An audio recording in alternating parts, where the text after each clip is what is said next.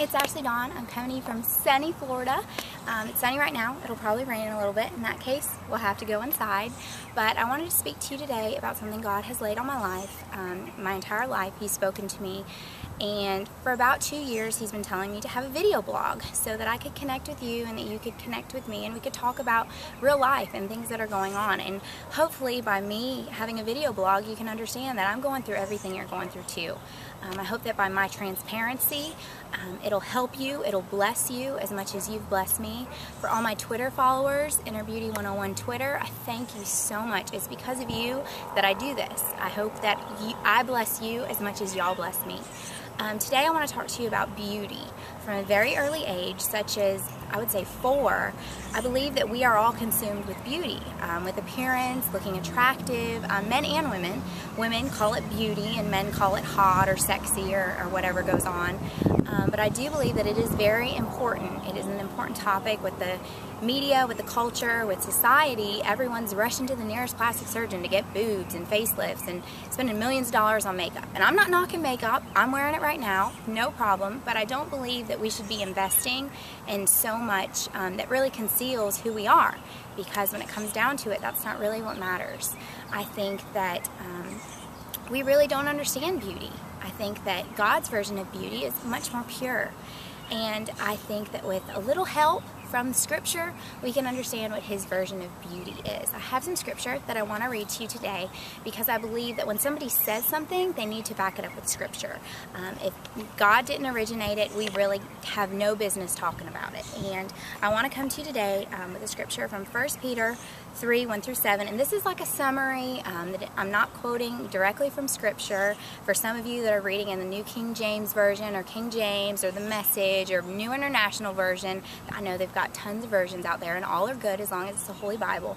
But this is just a summary and I want to speak to you about it. It starts off and says that the way we live our lives should be what people are won over by, without words, but with the behavior of the women. And that goes for men, that's generic.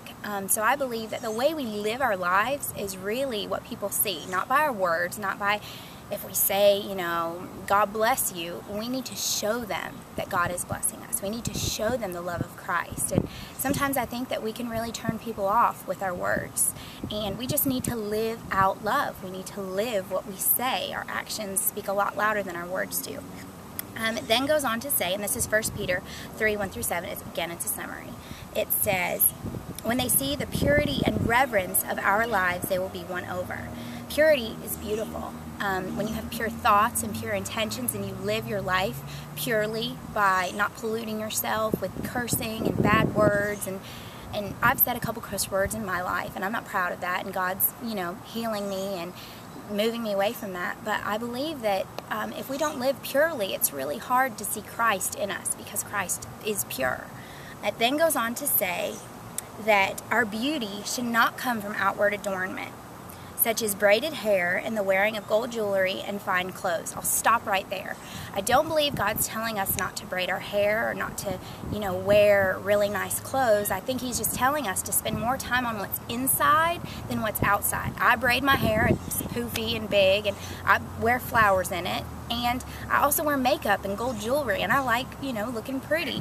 And I don't think that's what He's saying. He's saying your beauty should not come from outward adornment, such as braided hair and the wearing of gold jewelry and fine clothes. So you can wear it, but your beauty should not come from that. Your beauty should come from something else. It goes on to say, instead, your beauty should be that of your inner self, your heart, your soul, what makes you you.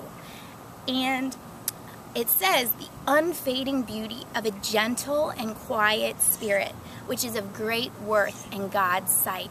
I truly believe that's beautiful. I work at a church and oftentimes I'll see moms and they're so gentle and they're so kind and they're so quiet in their speech and soft-spoken, and you know, they get down on their knees and they talk to their child and they say, you know, Johnny, you really shouldn't do that. That's not a good decision. You need to make good decisions. And they're so loving and patient with their children. I think that's so beautiful, and I think God thinks that's very beautiful too.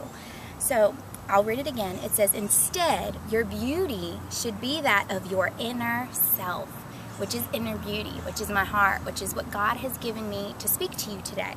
And it says the unfading beauty, meaning that that beauty never goes anywhere. No matter how old you get or how many wrinkles are on your face or how much weight you gain or how much the scale doesn't like you, it says your beauty, the unfading beauty of a gentle and quiet spirit, which is of great worth in God's sight. We need to be beautiful on the inside, because the most beautiful woman in the world with a bad attitude is not a beautiful woman. And we should be more concerned by how we are treating others than how we look while treating others, because that's what people see. People see the way we're treating others, and sometimes it's really ugly. I've been ugly in the past. I've done things I am not proud of. I've said things I'm not proud of. Thankfully, Jesus Christ has taken that ugliness out of my heart. He's taken that ugly behavior and those ugly attitudes and selfishness and greed and just stupid stuff, and He's replaced my ugliness with His beauty. And Christ is the most beautiful thing that I've ever experienced in my life. And I hope that you experience the love and the beauty of Christ as well. The scripture then goes on, "For this is the way the holy women of the past, who put their hope in God, used to make themselves beautiful."